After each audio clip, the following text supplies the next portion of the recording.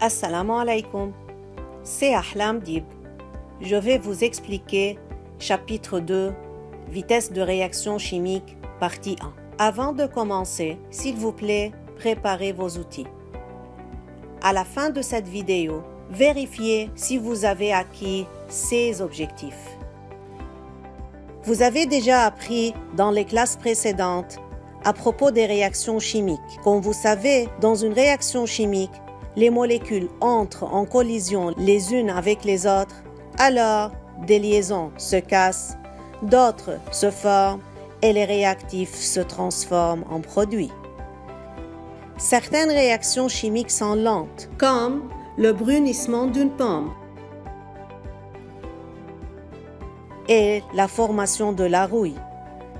D'autres sont rapides, comme les feux d'artifice et la formation de précipités. Donc, les réactions chimiques n'évoluent pas avec la même vitesse. Mais comment peut-on mesurer l'évolution d'une réaction chimique? Comment savoir si une réaction chimique est lente ou rapide? Cela revient à la durée nécessaire pour que les réactifs disparaissent et pour que les produits apparaissent. Une réaction chimique peut durer 5 secondes ou bien 10 heures, d'autres durent 5 jours et même quelques années. Une branche de chimie, appelée cinétique chimique, a pour but d'étudier l'évolution d'une réaction chimique au cours du temps. Prenons un exemple d'une réaction chimique très simple. Un réactif A donne un produit B sous des conditions spécifiques.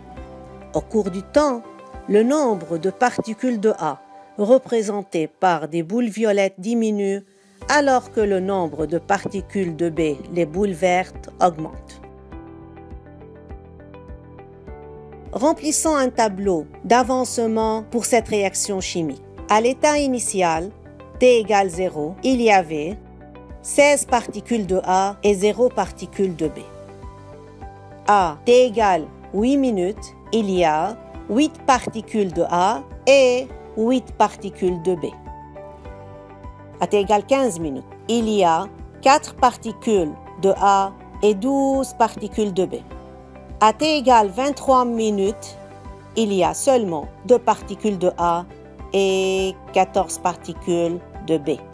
À T égale 30 minutes, il y a une seule particule de A et 15 particules de B. On remarque que, à chaque instant T, le nombre de particules consommées de A est égal au nombre de particules produites de B. Alors, l'avancement dans cette réaction est moins X pour A et plus X pour B. Moins car le nombre de particules de A diminue et plus pour B car le nombre de particules de B augmente au cours du temps. Et moins X et plus X, ça revient aux coefficients stoichiométriques de A et B qui sont les mêmes ici et qui sont égales à 1. C'est pour cela qu'on dit moins X et plus X. À la fin de cette réaction, X atteint sa valeur maximale qui est le nombre de particules initiales de A, 16 particules. Alors, à T final, le nombre de particules de A est 0 et le nombre de particules de B est 16, égal au nombre de particules initiales de A. Remplir ce tableau était facile, n'est-ce pas? Mais comment procéder si la réaction chimique devient de plus en plus compliquée? Voyons. Dans cette réaction chimique, A plus 3B donne 2C.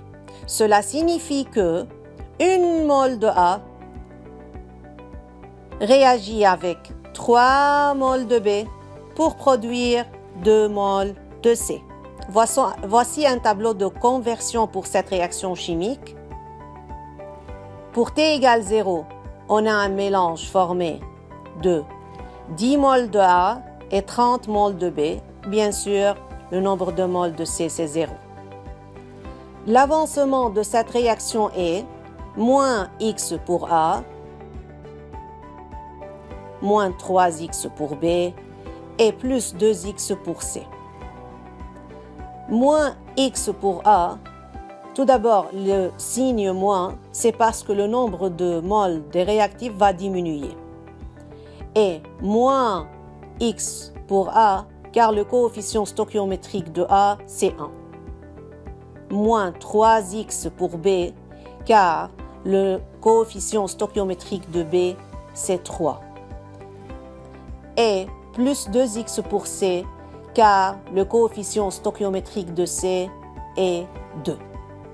Faites attention, chers élèves, que dans cette réaction, le mélange des réactifs est stoichiométrique. On peut directement savoir ça en observant le nombre de moles initial des réactifs. En fait, 10 et 30 sont proportionnels au coefficient stoichiométrique de A et B qui sont 1 et 3 respectivement. Disons que, à t égale 10 minutes, on trouve qu'il y a 6 moles de A. Cela signifie qu'il reste 6 moles de A. Et le nombre de moles de A réagit à partir de 10, c'est 10 moins 6, c'est-à-dire 4, alors X égale 4. Pour savoir le nombre de moles de B restant au même instant t égale 10 minutes, on doit faire la soustraction N initial moins N réagissant de B. C'est-à-dire 30, le nombre de moles initial, moins 3X, et pour X égale 4, ça fait 30 moins 3 fois 4, c'est 30 moins 12 est égal à 18 moles. Et pour savoir le nombre de moles de ces produits, on doit calculer la valeur de 2X pour X égale 4. 2 fois 4 égale 8. 0 plus 8 est égal à 8 moles. À t égale 20 minutes, le nombre de moles de A est 3 moles. C'est-à-dire, il reste 3 moles. Le nombre de moles qui a réagi à partir de 10, c'est 7. Alors, X égale 7. Pour calculer le nombre de moles de B restant à t égale 20 minutes, on reprend la formule 30 moins 3x, mais maintenant pour X égale 7. Alors 30 moins 3 fois 7, 30 moins 21 égale 9 moles. Pour calculer le nombre de moles de C, on fait 0 plus 2x, 2x pour X égale 7, 2 fois 7, c'est 14 moles. Maintenant, à t égale 30 minutes, il reste seulement 1 mole de A. Chers élèves, arrêtez la vidéo et prenez 1 minute pour remplir le tableau pour t égale 30 minutes. Vos réponses doivent être X égale 9, le nombre de moles de B restant est 3 moles et celui de ces produits est 18 moles. À la fin de la réaction, à T final, TF, X va être égal à 10, qui est la valeur maximale atteinte. Et puisque le mélange des réactifs est stoichiométrique, les deux réactifs vont être totalement consommés et leurs valeurs finales vont être 0 et le nombre de moles de C à T final sera 20 moles. Si on revient au tableau de conversion, on remarque que le nombre de moles de A et B diminue avec le temps. Alors, on peut tracer un graphe représentant la variation du nombre de moles ou bien de la concentration d'un réactif en fonction du temps. La courbe obtenue est une courbe descendante qui rejoint l'axe des abscisses à la fin de la réaction. Aussi, on remarque que le nombre de moles de C augmente avec le temps. Et de même, on peut tracer un graphe représentant la variation du nombre de moles ou bien la concentration d'un produit en fonction du temps. On obtient une courbe ascendante qui tend vers une asymptote horizontale à la fin de la réaction. Ces deux courbes rouges sont nommées courbes cinétiques. Pour récapituler, la vitesse d'une réaction peut être déterminée par la vitesse de disparition des réactifs ou bien la vitesse de formation des produits.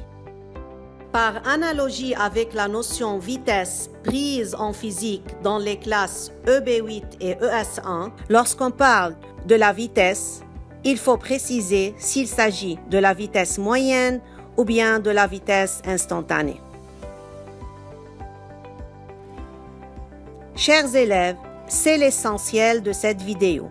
S'il vous plaît, copiez ces remarques sur vos cahiers de chimie et vous avez comme devoir numéro 1 et 5, page 45 de votre livre. Et vous avez comme devoir les numéros 1 et 5, page 45 de votre livre. Avant de vous dire au revoir, je vais vous donner quelques remarques concernant votre devoir. Pour le numéro 1, page 45, s'il vous plaît, faites attention aux coefficients stoichiométriques des réactifs et du produit avant de résoudre. Pour le numéro 5, construire un tableau de variation formé de 3 lignes. La première ligne pour T0, la deuxième pour l'avancement X et la dernière ligne pour T final. Et n'oubliez pas de vérifier si le mélange des réactifs est stoichiométrique ou non. Finalement, c'est votre agenda. À bientôt dans la prochaine vidéo. Wassalamu alaikum.